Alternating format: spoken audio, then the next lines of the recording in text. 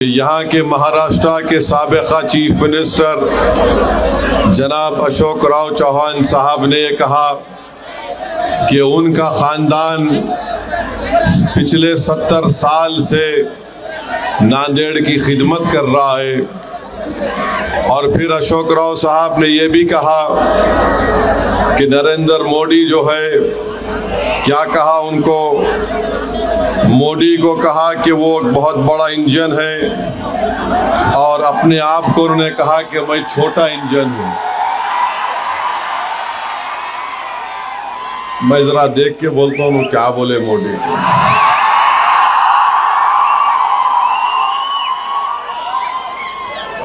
उन्होंने बोले मोदी बहुत बड़ा इंजन है।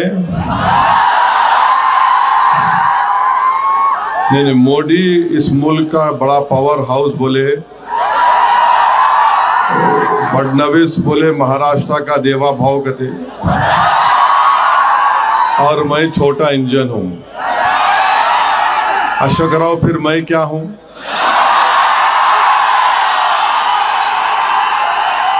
ये समझ में नहीं आ रहा।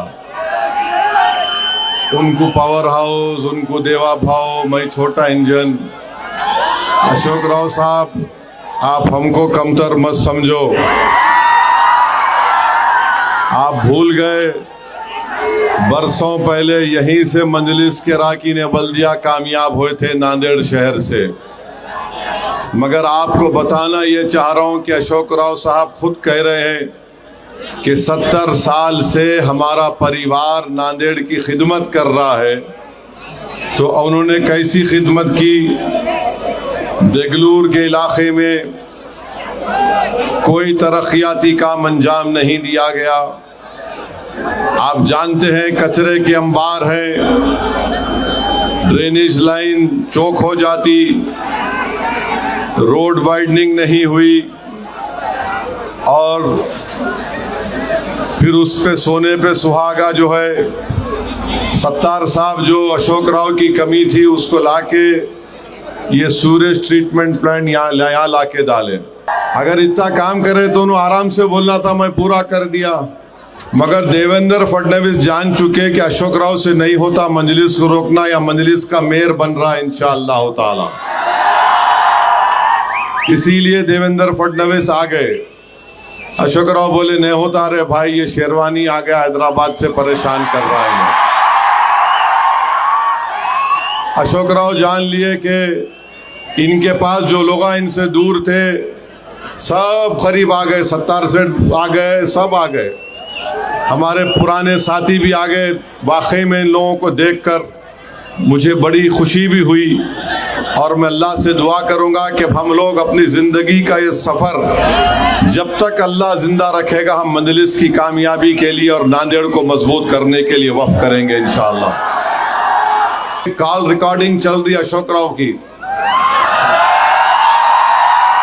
जिस नहीं मालूम उनकी आवाज है या कोई बना के डाला या एआई है, नहीं मालूम। उन्होंने बोल रहे उसमें, या कोई बोल रहा कि क्या बोल रहे, खाली हिंदू पैनल बनाएंगे, मुसलमानों को कैंडिडेट नहीं देंगे। अशोक राव साहब जब आप कांग्रेस में थे, जब भी दुश्मन थे, अगर वो सच है तो वो आप तो मानते ही नहीं थे। आप खाली समझते थे बस जाओ हो गया, काम हो गया, कुछ नहीं हुआ। अगर 70 साल से आपकी परिवार नांदेड़ की खिदमत कर रहे हैं, तो कभी आप अपने घर से निकल के यहाँ चलो, हमारे साथ चल के देखो कैसी जिंदगी हम गुजार रहे हैं, कितनी गंदगी है यहाँ पर। मेरे अजीज दोस्तों और बुजुर्गों, मैं आपको ये वादा कर रहा हूँ कि इंशाअल्लाह ताला नांदेड़ से मजलिस इत्तेहादुल मुस्लिमीन के मेयर को मुंतखब करिए। और मेयर उस वक्त मुंतखब होगा जब आप 30 से ज्यादा मजलिस के अरकान बल्दिया को अपना वोट डालकर कामयाब करेंगे। और आप देख रहे कि अजीत पवार की पार्टी भी उम्मीदवारों को उतार रही, हमको कोई एतराज नहीं, उतारो आप। मगर सवाल ये पैदा होता, अजीत पवार, देवेंद्र फडणवीस और शिंदे मुंबई में बैठ के दबा के मलाई हलीम क्या क्या खा रहे आपको मालूम? हाँ, वहां बैठ के खा रहे, यहाँ आके बोल रहे नहीं नहीं हम लोग नहीं है, मिले हुए नहीं है। हम मुंबई में मिलते, यहाँ हम नहीं मिलते। ये कहीं को नूरा कुश्ती कर रहे तीनों मिलके, उन्हों मुख्यमंत्री, इन्हों डिप्टी सीएम, इन्हों डिप्टी सीएम। यहाँ आके नहीं, मैं उसको नहीं जानता, मैं उसको नहीं जानता। मकसद एक ही है तीनों का कि नांदेड़ से मजलिस का मेयर नहीं बनना। तो क्या कर रहे, उसको क्या बोलते, नूरा कुश्ती। तू मेरी पीठ खुजा, मैं उसकी पीठ खुजाता हूं। याद रखो, हमारे पास ऐसा पाउडर है, तुमको खुजली हम शुरू कराएंगे इंशाअल्लाह ताला। 15 तारीख के दिन तुमको खुजली होगी। जब नतीजा आएगा तुम लोग एक दूसरे को लोच लोगे, देखना इंशाअल्लाह। अब तुम्हारे ये हथकंडे काम आने वाले नहीं है। और ये जो अजीत पवार का टिकट लेके लोग आए, मैं उनसे अपील कर रहा हूं, बाबू उन्हें अपने चिचा का नहीं हुआ, तुम्हारा क्या होगा। उन्हें शरद पवार को टाटा बाय बाय बोल दिया, इन्हों जाके दादा कहीं को रही है। आओ ना, एक दीवाना है तुम्हारे दरमियान में, हर एक से लड़ रहे, हर एक से हुकूक के लिए लड़ रहे। मेरे अजीज दोस्तों और बुजुर्गों, दूसरी बात, सैयद मोइन और फिरोज लाला बोल रहे थे कि अजीत पवार के भी कैंडिडेट हैं। अजीत पवार, तुम शरद पवार के नहीं हुए, तुम नांदेड़ के क्या हो सकते हो। जो आदमी तुमको पाल पोस के बड़ा किया, तुमको मुकाम दिया, तुमको इज्जत दिया, तुम उसी को घर में बिठा के आगे बढ़ गए। ये अजीत पवार की पहचान है। और खुद खड़े होकर बोलता है 75,000 करोड़ का गबन का मुझ पर इल्जाम है, क्या हुआ। हाँ अजीत पवार, तुम्हारा नाम अजीत पवार है। तुम्हारा नाम कोई मुसलमान का नाम होता तो तुम 75 साल जेल में रहते। ये फर्क है जो सत्ता में रहता है और जो मजलूम मुसलमान होता है। तो मेरे अजीज दोस्तों और बुजुर्गों, तीसरी बात कहना चाहूंगा, अशोक राव चौहान नहीं सुधरना चाहते,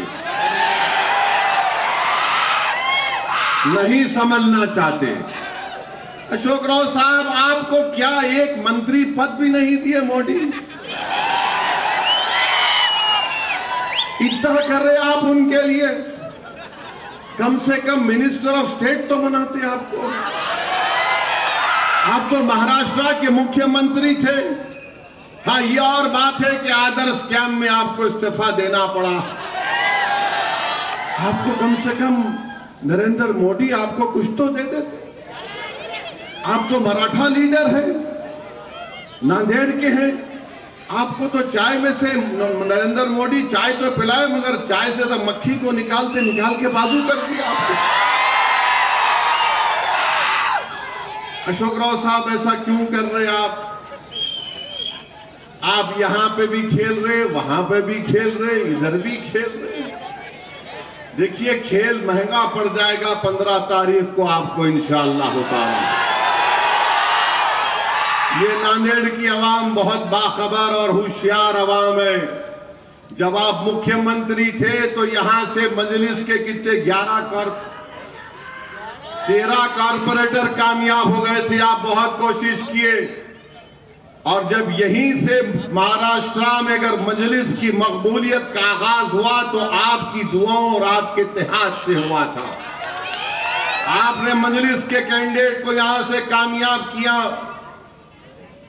तो बाला साहब ठाकरे आज दुनिया में नहीं है, वो बंबई के शिवाजी मैदान से बोले, ये कौन है, ये ओवैसी कौन है, मजलिस कौन जीते।